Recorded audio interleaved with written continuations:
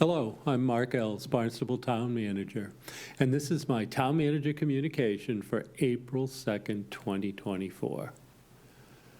This is a reminder to residents who are registered voters that might be interested in serving the town of Barnstable as the Cape Cod Commission representative to submit a letter of interest to the town manager by April 5th, 2024 for consideration. Cape Cod Commission members are citizen volunteers who receive and evaluate information from the Cape Cod Commission's professional staff, consider policy to guide the agency's activities, and make regulatory decisions about development proposals under the agency's jurisdiction. The next appointment of a 3-year term will commence on April 24th, 2024. And I thank you for your consideration of this volunteer position. We're proceeding with the budget action calendar for FY 2025. A public fee hearing was held on March 19, 2024, and the proposed changes for FY 2025 fees are posted on the town website, and comments will be accepted through April 19, 2024. The FY25 proposed capital program and FY25 to 29 capital plan has been submitted to the Town Council and is available on the town's website for viewing. Finance Director Milne will provide an overview of the proposed FY25 capital improvement program at the April 4th Town Council meeting, and the Comprehensive Financial Advisory Committee will provide an overview of their report. Public hearings on the capital improvement plan orders are scheduled to begin on April 25th, 2024. The school committee held a public hearing on the proposed FY25 school department operating budget on March 20th, 2024. A copy of the proposed budget is available on the school website, and the school committee is expected to vote on the proposed budget at their April 3rd, 2024 meeting. And for more information on our fiscal year budgets, please visit the town's website. As previously reported, and in response to requests by Town Council and the public regarding monitoring activities of the Vineyard Wind cable landing at Covell's Beach, I continue discussions with Vineyard Wind and request regular communications with Barnstable officials and our public regarding the safe and compliant operation of this system. Vineyard Wind is developing informational signage to be installed at the site to illustrate location and other project information so that those who visit Covell's Beach may have access to such information. The informational signage will be installed this spring, and they're preparing a means of public access to information regarding issues of concern such as EMF, as well as other safety compliance aspects, so that the public will know that the systems are functioning in a safe and compliant manner. The town of Barnstable has met with a third-party independent expert to assist in the verification of such safety issues, and we'll keep you informed of our progress on this matter. Since our presentation on Groundwater 101, it was a special workshop of the town, or a special meeting of the Town Council relevant to groundwater, I've received several questions from the public as to whether the town has concerns about existing and proposed substations relevant to water resource protection. My response has been all land uses in Barnstable are of concern because we live on top of our water resources. In the case of electrical substations, we are absolutely concerned and continue to try to understand the potential impacts of such a land use, as the town of Barnstable does not approve such uses. The Commonwealth of Massachusetts, under its Executive Office of Energy and Environmental Affairs and their Department of Public Utilities through the Energy Facility Siting Board, are the ones who issue such approvals. Most recently, we have identified the need for additional information related to the proposed expansion of the Oak Street substation. They refer to this as the Mid-Cape Reliability Project, in an effort to better understand the potential downgrading impacts of a release from the said substations, and we await the review by the Energy Facility Siting Board regarding that request for information.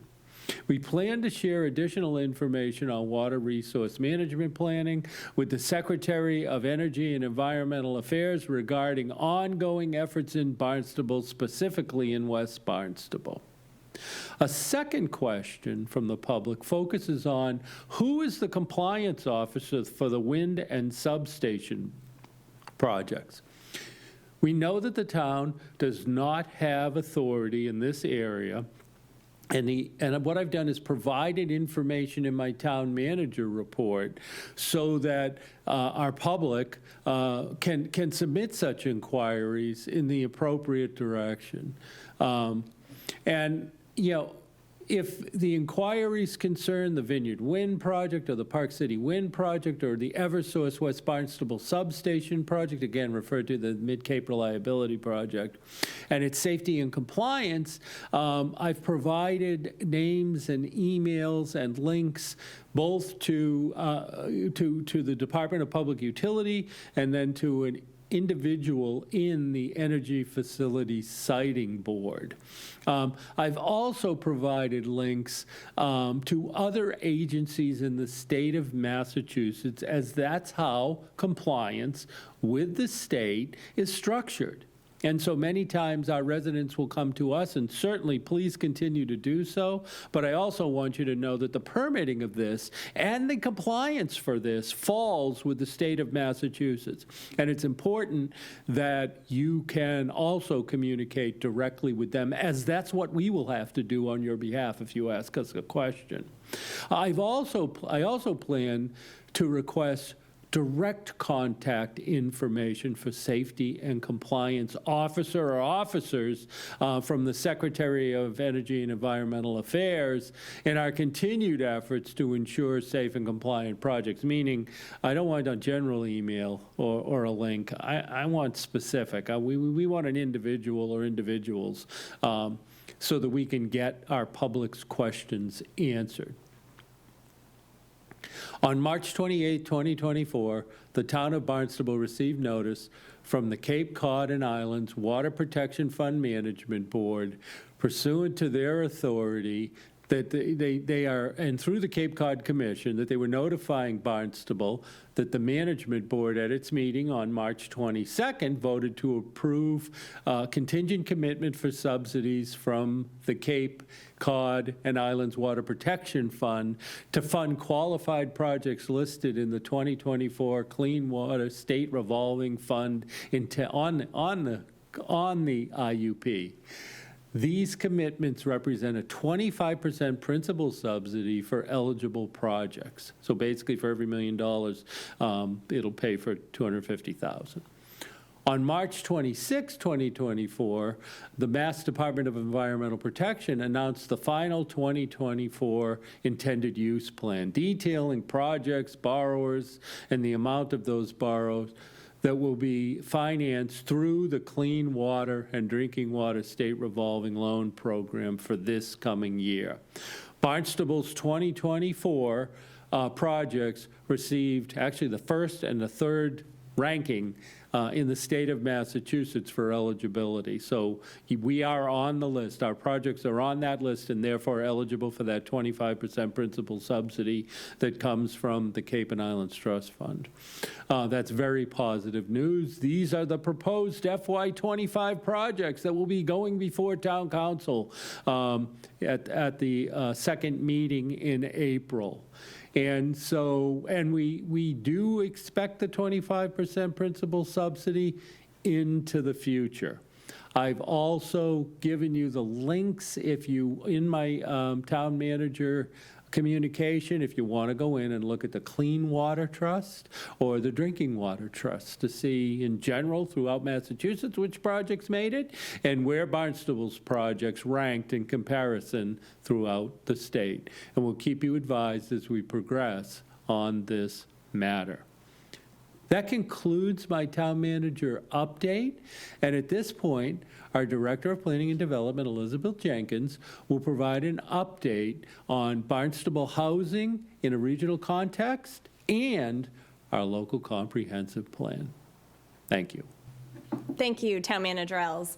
I am Elizabeth Jenkins, Director of Planning and Development, and first I'd like to provide an update on Barnstable housing in the regional context. All cities and towns across the Commonwealth are required to work towards having at least 10% of their year-round housing stock as deed-restricted affordable under Massachusetts General Law, Chapter 40B. The measure used to track progress town by town is called the Subsidized Housing Inventory, or the SHI. The town of Barnstable currently has 6.78% of its total housing units as qualified affordable housing on the SHI. That's a total of 1,485 units. And that's the fourth highest of the Cape's 15 towns. The region-wide percentage of housing units on the SHI is 3.9%. Planning and development staff is currently working to update our inventory. We know some units will no longer qualify, but we are also preparing 83 new permanently deed-restricted affordable units for inclusion. The SHI, though, is only one measure of housing affordability. Banker and Tradesman listed a median home sales price in Barnstable in 2023 at $799,000. Looking back a year and using data from the Cape Cod Commission's Regional Housing Strategy, the median home sale price in 2022 in Barnstable was $620,000. As out of reach as this number is for most families, it still falls as the fifth lowest on Cape Cod. We can take a closer look at just how out of reach homeownership has become on the Cape. When we compare the median household income against the cost of buying a house, we can determine how far families fall short from homeownership. In Barnstable, a family at the median would need to make $104,600 a year more than they are making today to afford a house selling at the median price.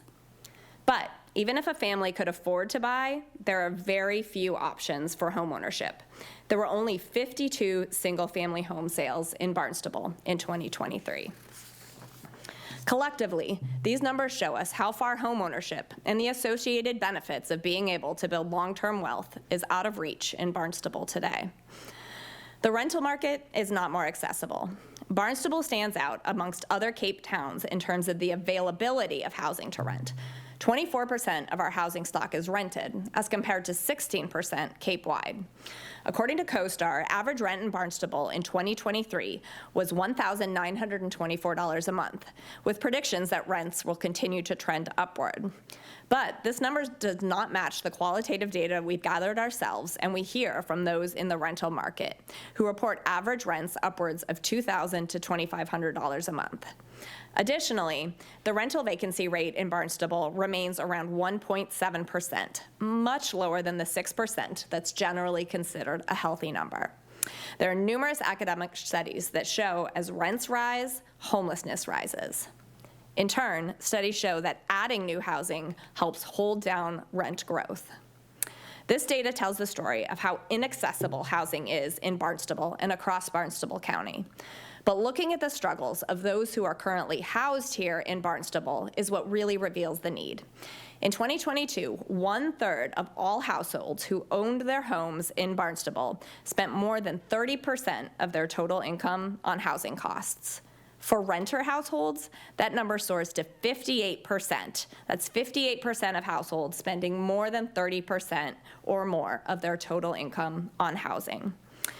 While Barnstable may fare better than most Cape towns in an analysis of housing affordability, these numbers tell the story that those who are housed in Barnstable have trouble affording to live here, and those who need housing will struggle to affordably obtain it.